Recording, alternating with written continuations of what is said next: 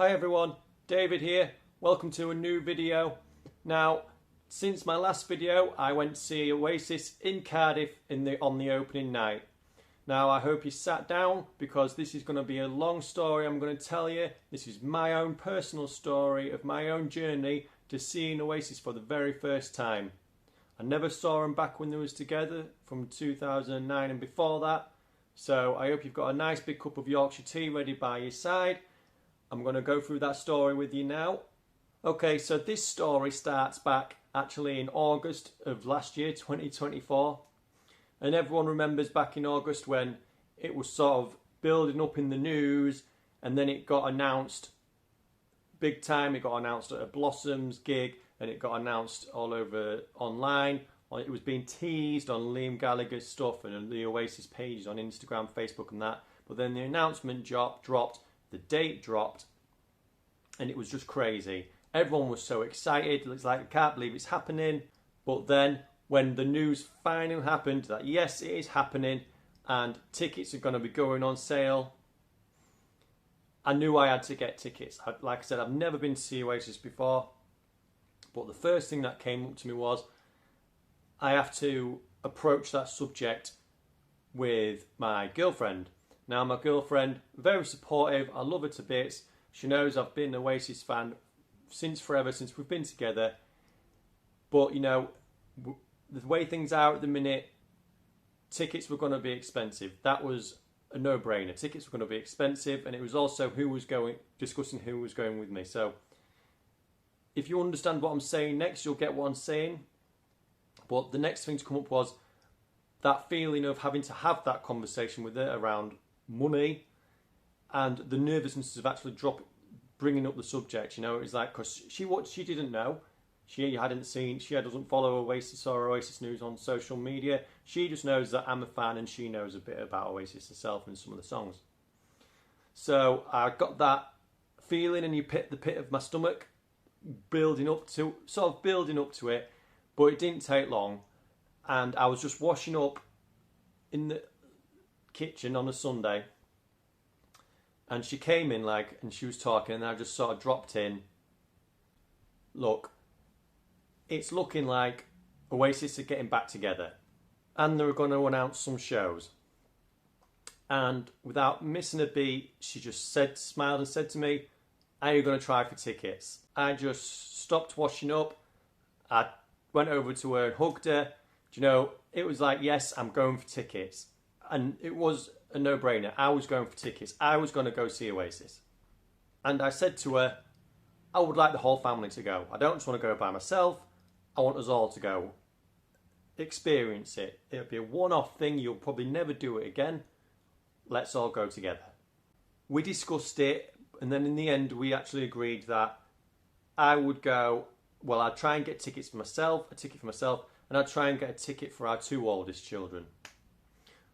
The youngest one, who was only 8 at the time, and we agreed that she probably wouldn't enjoy it as much as everyone else, just the loud music and stuff like the loud music and that. She wouldn't enjoy it, and he probably wouldn't be old enough to go anyway.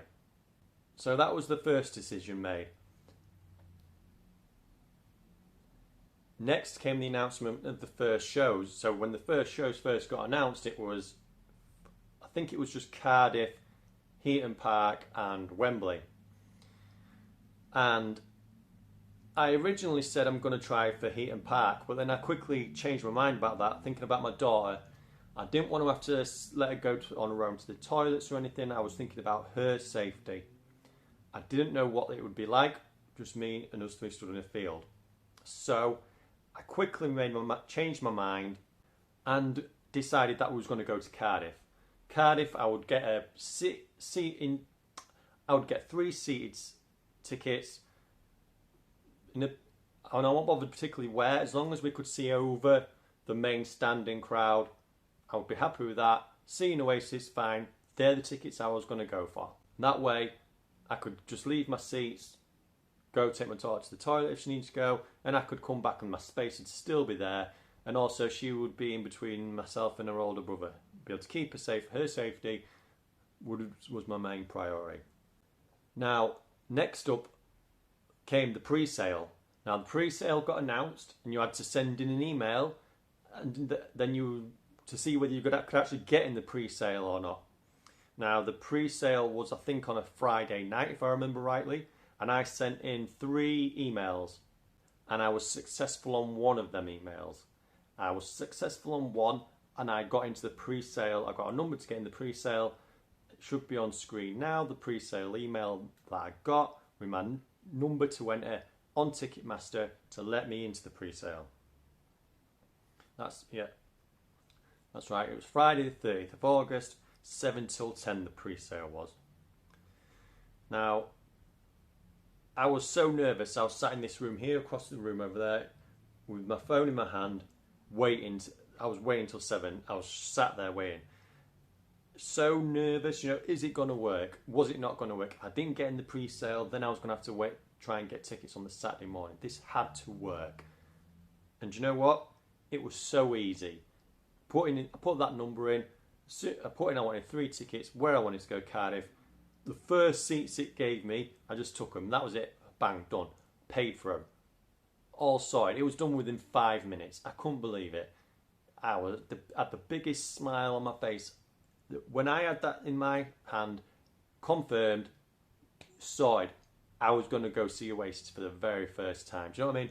I felt like the happiest man in the world. The happiest man in the world. Apart from when my children were born, do you know what? The happiest man in the world.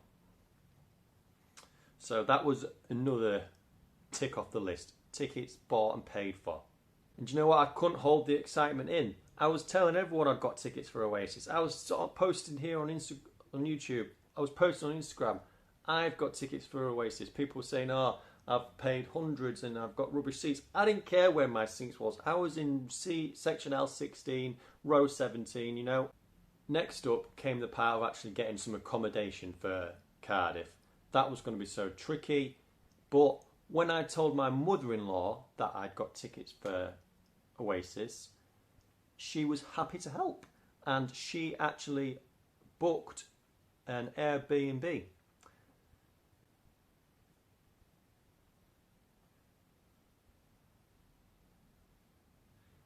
And when she asked who was going, I said myself and the 2 oldest children. She said, okay, I will sort out the accommodation for you as a Christmas gift for you and the children. And I was like, wow, thank you so much for that. That is great. I'm totally grateful for that. I really appreciate it. And like I said, I got my tickets on the Friday night, but then my sister-in-law got tickets on the Saturday for her family. So they got 4 tickets same night. So we all shared an accommodation to go watch that. That got sorted. So that was good. So that was venue sorted, tickets sorted, accommodation sorted. All done. Fast forwarding now to this year, 2025. I was so buzzing. Do you know the Oasis hype has still been on, rolling online. People have still been talking about it, but there's been some negatives, some dynamic pricing was a thing. People were complaining, you know what I mean? People were speculating who the support was, prices at the venues and stadiums. When it got announced that Cast and Richard Ashcroft were playing, couldn't be happier. And I was listening to Oasis every day in the build-up. Do you know what I mean? And in the days before, I had our Oasis t-shirts all ironed and lined up. I think I posted a picture of them on Instagram. I had 3 pairs of Adidas trainers here out in the living room next to him, so I was happy with that. Adidas sorted, Oasis t-shirts sorted, tickets sorted, accommodation sorted. We was all good to go. Sorted. Right, now the accommodation was, like I said, an Airbnb, and we were sharing that with my sister-in-law. And that was actually half an hour outside of Cardiff in a town called Bridgend. Nice little town. And we ended up staying the Thursday night before, travelled up the Thursday and stayed the Friday. So on that Thursday, my brother-in-law was driving. Fair play to him. He drove the 4.5 hours to Bridgend. Greatly appreciate that. Couldn't fault it. Now, I've got a bit of a grumble because it wasn't a journey without its problems. Okay, now I might have already said my mother-in-law booked it all, but she booked it all in her name through her hotels.com account. And she'd shared with me a couple of screenshots saying that she would receive an email a couple of days before we was due to arrive with like a key lock code. So when we got there, we just had to put the code in, get the key, we could go in and out as we please. She didn't receive this email. And so I spent the 2.5 hours to 3 hours travelling to Bridgend online, talking in a conversation through Instagram with someone at hotels.com, trying to figure out how we were going to get into the apartment. This was an online chat just through the messaging system on Instagram. I can't fault the person at the other end at all. That 100% they was the most as helpful as they could be. Whoever that person is at hotels.com, if you ever see this video, thank you so much for sorting that out, because they got me in contact with the owners of the Airbnb, and I eventually got sent an email with the numbering for the key box outside the front door so I can get the key in. So yeah, that person saved my whole weekend, because I'd have got to Bridgend otherwise and without having anywhere to stay, and I'd have been stuck trying to find somewhere to stay at Bridgend and not knowing anyone, not knowing where to go or anything. So yeah, thank you very much whoever you are at hotels.com.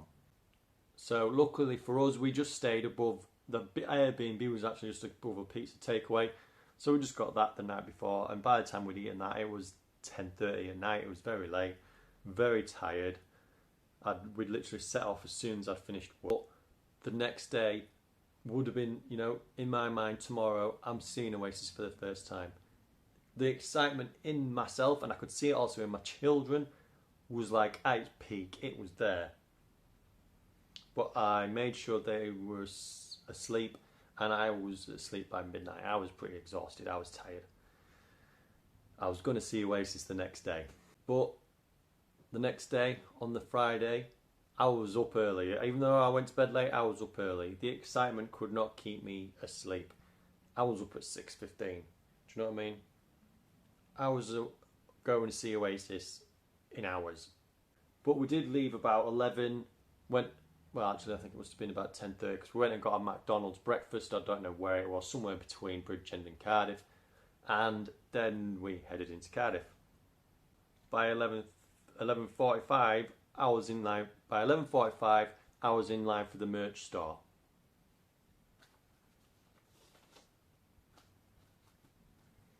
And it was still felt fairly quiet at that point around the merch store. The shopping mall it was in didn't feel busy at all. We queued up for about half an hour before we got in, and I'd messaged my girlfriend saying that's where we were. We was in line for the merch store, and she just sent me this message, which is on screen now, and it says, "Try not to spend a fortune in there. I know how much you like merch." And you know, we was in the shop by 12:30, like I said.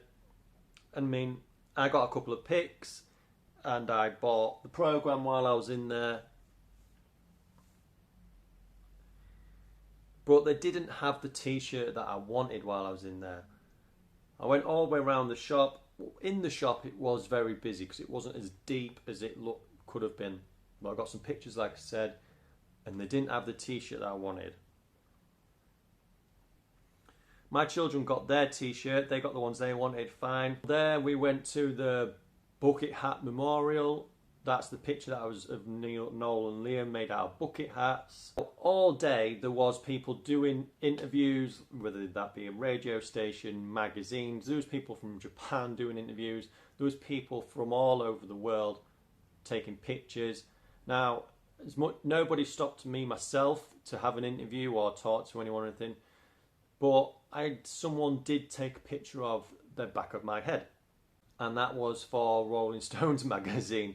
And I'm there in the grey t-shirt, that's the back of my head, and my son is peeking over his shoulder, and I don't think he knew it at the time, but he was actually looking at the camera. There we are in line for the Bucket Hat Memorial, and then here's a picture of us at the Bucket Hat Memorial. And we spun the wheel outside, and we didn't win anything. We didn't win anything free off the wheel.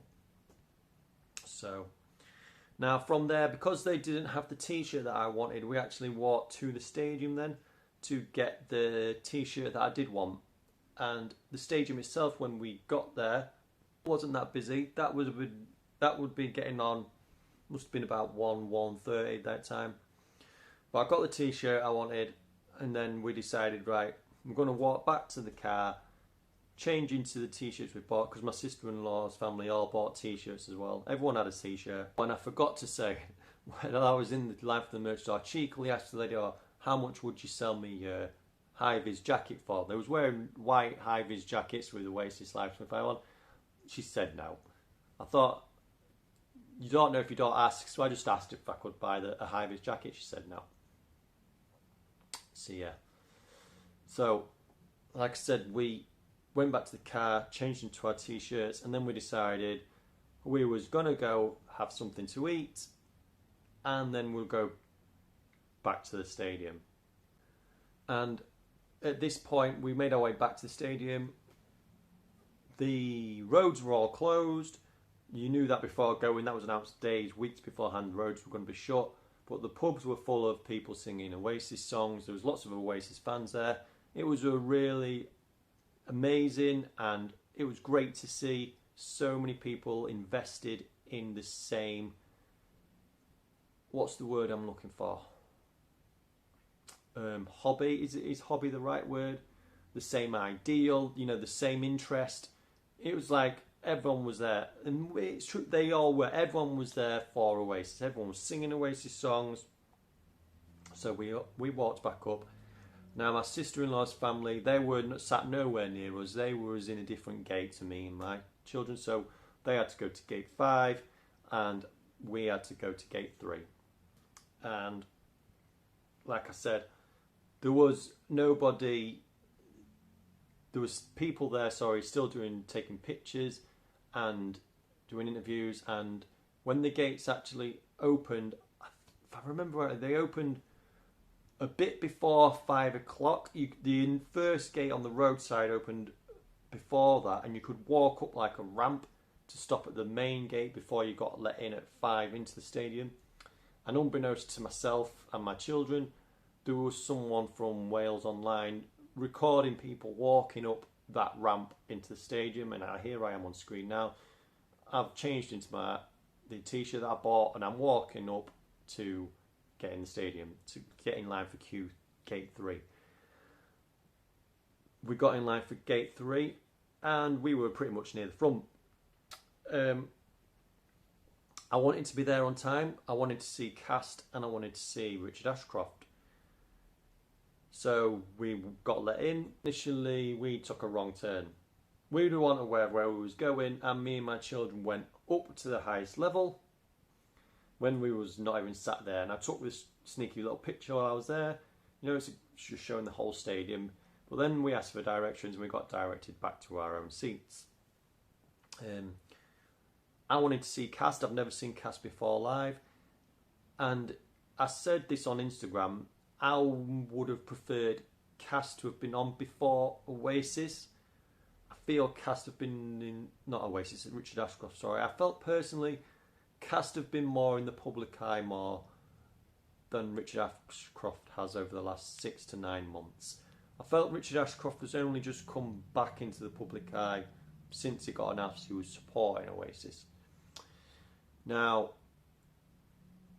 what people responded to me was saying was, yeah, okay, we like Cast as well, but Richard Ashcroft has the hits, whereas Cast didn't. And I sort of get that. I do appreciate that, and I respect that, because when you think about songs that are known renowned the world over, you know, Bittersweet Symphony is sung all over the world. And that was truly evident on the night. So, like I said, Cast came on first. The stadium was nowhere near full when Cast came on. But that was their loss, because Cast were amazing. Cast came on, they did half an hour, Sandstorm, fine time, alright, walk away. They did one more, I can't remember what it was.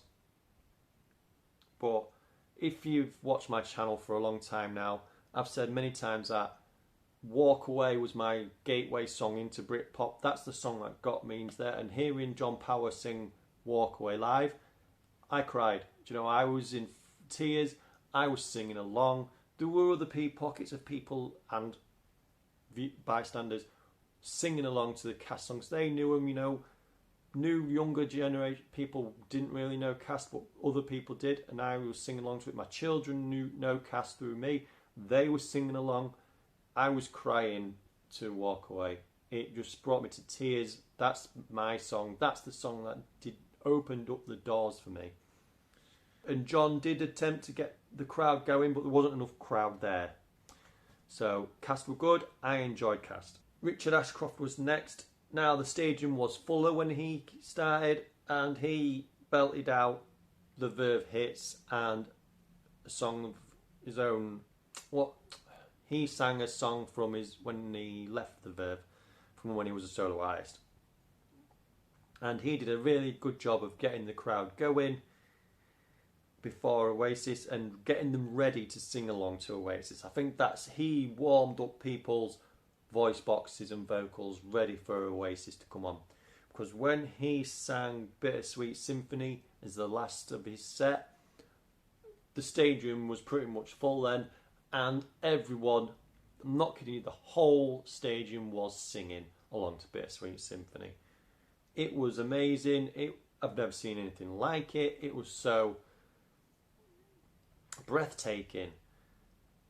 You know, it was just such a thing to see. Arms in the air, singing along to Bittersweet Symphony.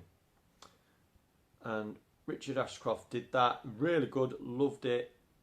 But he finished. Next up was Oasis. I was going to be seeing, I've said it several times already, Oasis for the very first time. Now, I'm not going to do a rundown of every song by song. As a whole, Oasis were amazing from start to finish. They just blew my breath away. I was so amazed. Myself and my children could not be happier. Such an amazing show. Just the cinematographics of it with the screens up behind them. It was immersive. It was a massive immersive experience. 75,000 people singing along to practically every song. I cannot complain about the set list. You know, I loved it. Apart from the one song, Little by Little, that was after 2000.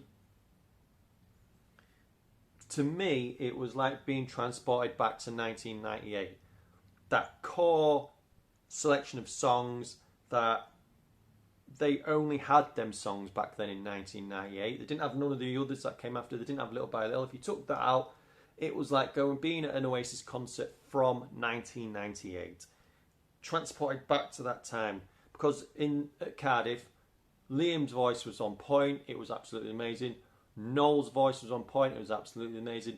His guitar playing was amazing. He banged out them solo riffs, you know what I mean? Them guitar solos. Noel and Liam were on fire for that first show. Absolutely amazing. Now, I would have liked to have heard Rocking Chair. That's my favourite Oasis B-side. They didn't play it, but well, the whole set was amazing. The show was amazing. Me and my children sang along to every song that was sung there. And the guy, now, from where I was, I didn't see many pints getting thrown around. I did see the stretch come past a couple of times, but I couldn't see what was happening. And before Oasis came on, a gentleman came and sat next to me with his group of friends. There's four of them, and I couldn't tell when he sat down that he was a bit drunk. He just sat and started making small talk, you know, being friendly. Hi, am I? So yeah. But he must have been already drunk, because he left and came back with some beers. But then after the third song, he left again, and he was gone for 5 songs. This is while Oasis was playing. He disappeared, and I could see his girlfriend was getting agitated, and she was checking her phone, and in the end she had to go find him, and he brought back more beers with him, but then he must have got a bit drunker because he then was throwing his empty cups forward, and the woman behind me was then pushing him in the shoulder like, what you doing? Why are you throwing your empty cups forward? I'm actually relieved that I didn't have to catch him out of the corner of my eye peeing into these cups. I could tell his girlfriend was embarrassed, and once he'd done that, he then took his shirt off and was swinging it round and giving it all this, trying to sing along and hugging his friends. He was a bit drunk at that point, and I could tell that his girlfriend was embarrassed. That's the sort of thing I didn't want my daughter to be witnessing, but she didn't. She couldn't see past me to that, so that was all fine. I found it funny, but yeah. So Oasis finished. We was all in high spirits. We waited a couple of minutes to see if they'd come out to do I Am the Walrus. They didn't. That's fine. We made our way back to the car. Absolutely amazing night. I couldn't fault it. Do you know what? It was an amazing night. Now, I said to my kids, I wish we could have stayed this Saturday and seen if anyone was selling any tickets outside, because I'd have took you to watch it again. It was that good. So yeah, absolutely amazing. I loved it. Absolutely loved it. I can't fault it. And do you know what? The gigs I've seen after at Heaton Park, they've just been, every time I see a new clip, it makes me want to go again. Absolutely amazing. Now, like I've said, I bought the programme on the day, but I also, this is the t-shirt that you couldn't buy in the pop-ups, in the merch store, in the shopping mall. It's the one that's got a picture on the back of the Gallagher brothers. It says Live 25 Cardiff, and it's got the red trim on it. This wasn't available in the merch store. It was only available at the merch pop-up stands at the stadium. I don't know if that was the same for Manchester or anywhere else. In Manchester, that's yellow, so I don't know. But that's what we found. But I also picked up the cast t-shirt from the merch stand outside. I actually got this outside the merch stand at gate 3. This is the 3rd merch stand I'd been to pick this up. I wanted to pick up a cast t-shirt. And on the back, it's got Cast 2025, all their albums up to now on the back. So yeah, that picked up the Oasis t-shirt and the Cast t-shirt. The Cast t-shirt is packed for my holiday. So yeah, 2 t-shirts, programme. Absolutely loved that day, and it'll stay in my memory and my children's memory for the rest of our lives. Photographs, videos, absolutely loved it. So thank you if you've stayed till the end. I really appreciate it. If you've been to see Oasis, please let me know your thoughts. Tell me your story in the comments. Love to read anything that you've got to say. And I will see you next time on the next video. Thank you. Bye.